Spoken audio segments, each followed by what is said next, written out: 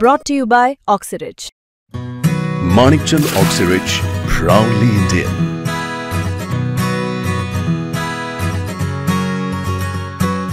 मनोज जरांगे पाटलांचं आझाद मैदानावरती उपोषण सुरू आहे। उपोषणाचा तिसरा दिवस आहे। टोकाचं उपोषण मनोज जरांगे पाटील करतात। त्यांना सपोर्ट करण्यासाठी, त्यांना पाठिंबा देण्यासाठी लाखो मराठा बांधव राज्यामधून मुंबईमध्ये धडकलेले आहेत आणि आझाद मैदानावरती उपोषण करतात। जरांगे पाटलांना ते सहकार्य करतात।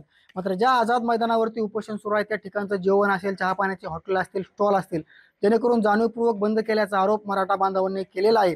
त्यांची गैरसोय होऊ नये म्हणून आता गाव खेड्यामधनं भाकरींची शिदुरी, ठेसा, चटणी, लोणचं घेऊन आता मराठा बांधव मुंबईच्या दिशेने रवाना होत आहे। मी सध्याला गेवराई तालुक्यातील भडंगवाडी या ठिकाण आहे। हे संपूर्ण चित्र जे आपण त्या ठिकाणी बघू शकतो, कशा पद्धतीनं महिला भगिनी आपल्या बांधवांची गैरसोय होऊ नये याकरिता भाकरी, ठेसा, लोणचं आणि चटणी, आपलं जे काही मीठ भाकर असेल, जे काही आपल्याकडनं देणं होतं ते देण्याचा प्रयत्न हे संपूर्ण गावकरी करतात। या ठिकाणी संपूर्ण गावकरी आहेत। भडंगवाडी इथले हे संपूर्ण चित्र आहे। अशाच पद्धतीने प्रत्येक गावातून, गावखेड्यामधून भाकरी बांधून आता शिदुरी बांधून मुंबईच्या दिशेने जाणार आहेत। जवळपास मादलमई सर्कल मधनं 5 लाखाहून अधिक भाकरींचं नियोजन या ठिकाणी केलेलं आहे। हे संपूर्ण चित्र जे आहे ते या ठिकाणचं आहे। मी त्यांच्यासोबत संवाद साधणार आहे। नेमकं त्यांचं म्हणणं काय आहे, त्यांची मागणी काय सांगाल? भाकरी बांधून तुम्ही आता शिदुरी बांधून मुंबईला पाठवताय? मुंबईला शिदोरी बांधून पाठवतात म्हणजे तिथे आता खायलाच काही त्यांनी उघडे नाही ठेवले दुकानात। पाणी पण भेटे ना, 50ची पाण्याची 30ची पाण्याची बाटली 50ला द्यायला लागले ते। वडापाव नाही, वडापाव जरी खाल्ला असता तरी वडापावचे दुकानही नाहीत। त्याच्यामुळे आज आम्हाला ह्या मुंबईतील जे मराठा बांधव गेलेले आहेत त्यांना ह्या भाकरीची शिदोरी, त्याच्यासोबत खायला भाजी तर नाही पण किमान चटणी, ठेचा, खाराची फोड, हे असं आम्ही सगळेजण मिळून पूर्ण बीड जिल्ह्यातले वेगवेगळ्या तालुक्यातून आलेले भाकरी इथे आज आम्ही भडंगवाडीमध्ये जमा केलेले आहेत। सरकार जाणीवपूर्वक करते, काय वाटतं तुम्हाला? सरकार जाणीवपूर्वक करते। आता आम्ही काही न्यूज चॅनल बघत नाहीत का? प्रत्येक गोष्टीत सरकार जाणीवपूर्वक करते। टॉयलेटची सुविधा नाही, पाण्याची सुविधा नाही, लाईटची सुविधा नाही, प्रत्येक गोष्टीची सुविधा त्यांनी बंद केलेली आहे। आणि कोण त्यांनी त्याला ते कुठं पाठवतायत हे सगळं चॅनलवर ते स्पष्ट दाखवतायत। कारण एकनाथ शिंदे यांनी गेल्या वेळेस जो मुंबईला मोर्चा गेला होता त्या मोर्चामध्ये एकनाथ शिंदे यांनी छत्रपती शिवाजी महाराजांची शपथ घेऊन आरक्षण देऊत म्हणून आम्हाला मुंबईतून पाठवलं होतं। आणि त्याच एकनाथ शिंदेला आज त्यांच्या मूळ गावी ते पाठवतायत। का म्हणून पाठवतायत? त्यांना समोर उभं करा ना तुम्ही, का म्हणून उभं करत नाहीयेत समोर? हे सगळ्यात मागे फक्त देवेंद्र फडणवीस आहेत। अमित शहा आले होते ज्या लालबागच्या राजावरती, आज इतिहासात पहिली गोष्ट असेल की लालबागच्या राजाचं जीवन सुद्धा बंद केले। मग ही चुकीची गोष्ट आहे। तुम्ही महाप्रसादही देवाचा बंद करता, याचा अर्थ काय मग चालवले तुम्ही मुद्दामूनच चालवले। प्रत्येक गोष्ट तुम्ही मुद्दामूनच करताय आणि गुणरत्न सदावर्ते हे कसले आक्षेप करतायत मराठ्यांवर? तुम्ही हे प्रसाद देखील बंद करताय, त्यांच्याविषयी तुम्ही बोला ना।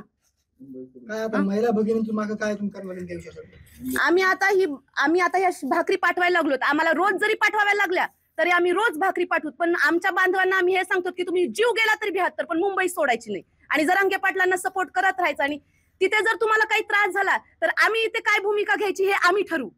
नक्कीच आपण बघू शकतो कशा पद्धतीनं महिला भगिनी भाकरी करून पाठवताय। रोज जरी आम्हाला भाकरी करून पाठवायची वेळ आली तर आम्ही पाठवू असं यांचं म्हणणं आहे। या ठिकाणी मावशी चटणी कुटवण्याचं काम करतात, जेणेकरून आता सुकं कालवण असेल किंवा मग काही एखादी भाजी असेल ती मुंबईला पाठवणं शक्य नाही, कारण जेणेकरून 2 दिवस किंवा 1 दिवस लागते, ती विटण्याची देखील शक्यता आहे। त्याच्यामुळे चटणी, ठेसा आणि लोणचं हे पाठवण्याचं काम करतात। आजी काय सांगाल, लेकरा बाळासाठी तुम्ही सगळं करताय? काय करायचं लेकरा बाळासाठी? असो ना, भाकरीला बसले आता लेकरा 4 दिवसावर जणू काय रस्त्यावर टाकल्यासारखे टाकले। 4 दिवस झालं मुलांना जेवाय नाही। 7ला जेवतात ना लेकरं घरी। आज त्या लेकराला पाण्याची सोय नाही सरकारची। सरकारसाठी आम्ही काय नाही केलेलं? आम्ही सरकारला म्हणलो का तुम्ही आमचे नाहीत आणि आम्ही तुमचे नाहीत? सरकार आज आम्हाला का म्हणतं? आम्हाला मराठ्यावर का कोपलंय सरकार एवढं? याने दक्षता घ्यायला पाहिजे। लेकरा हो, अजिबात बाजूला निघायचं नाही। अजिबात बाहेर निघायचं नाही, मुंबई सोडायची नाही, काही सुद्धा विचार करायचा नाही आमचा मागचा।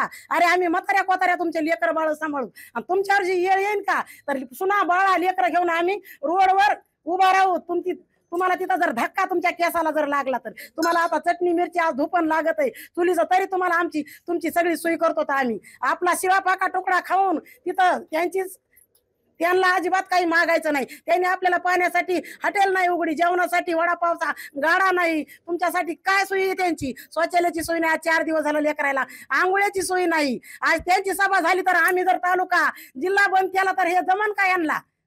आज ह्यांना येणार नाहीत का आमच्या मराठवाड्यामध्ये? अगर आज काय मराठवाड्याच्या बाहेरले आहेत काय ते? आज एवढी वेळ आणली, आज चटणी पाटा लेकराला द्यावा लागायला लागलाय. आज तिथं जर खायला दिलं असतं तर आज लेकर खाऊन पिऊन जगले असते ना. जसा आज समुद्रातून वाळूवर मासा टाकतो तसा आज लेकराला वाळूवर त्यांनी जमा केल्यासारखं केलंय. आज आमच्याकडून काही अपेक्षा नाही का सरकारला? इलेक्शन मध्ये एवढा खर्च केला जातो, मात्र एवढी मोठी जनता मुंबईमध्ये धडकली, मात्र सरकार जाणीवपूर्वक दुर्लक्ष करते का? जाणीवपूर्वक नाही सरकारचं दुर्लक्ष तर काय आहे आमच्यावर. आज सगळ्याला पुढं घेतय आणि आम्हाला फेकून देतय मराठ्याला. आम्ही काय केलं यांचं एवढं? आमच्याकडून काही यांना काही आमच्याकडून पहिलं काही उपकार झालेले नाहीत का? आज आमचंच आम्ही मागतात ना आमचे लेकरं. आमच्या आज लेकरं तर माझं 60 वर्ष वय आहे. आमच्या तर लेकरांनी ऊस तोडायला लागले, कुणी हॉटेलवर आहेत. पण आज माझ्या नातरुंडाईसाठी, आज माझ्या नातरुंडाईचं भविष्य बघायचंय मला. माझं 60 वर्ष वय आहे. माझ्या सुनायला भाकरी करायला लावल्यात. आज पोटात काल होतंय. 4 दिवस झालं लेकरं आमचे रण अंगणामध्ये उतारलेले आहेत. आज तुमच्या मुलांसाठी तुम्ही काय करतात? आज आम्हाला काय वाटत असं आमच्या नातरुंडाईसाठी? आमच्या लेकराचा तर नाही आम्ही विचार केला. ऊस तोडून लेकराच्या फी भरल्या, ऊस तोडून लेकरायला खर्च केला, दप्तर घेतले. आज आमचा मराठा तुम्हाला चटणी मिरचीचं गट पुरीतोय पहिल्यापासून. आज आमचा मराठा गावरान धान्य प्रत्येक जिल्ह्याला प्रत्येक देशात पाठवतोय आणि आज आमच्यासाठी तुम्ही काहीच करीनात. चित्र जे आहे ते भडंगवाडी मधलं आहे. ह्याच भडंगवाडी मधनं आता राज्य आदर्श घेते का पाहावं लागेल, कारण मीठ भाकरी भाजी ठेसा हे संपूर्ण बनवून आता हे मावळ्यांसाठी पाठवण्यात येणार आहे. संपूर्ण चित्र भडंगवाडी मधलं आहे. याच गावामधनं जवळपास 5 लाखाहून अधिक भाकरी ज्या आहेत त्या परिसरामधून पाठवण्यात येणार आहेत. मुंबई तकसाठी योगेश काशीद, भडंगवाडी, बीड.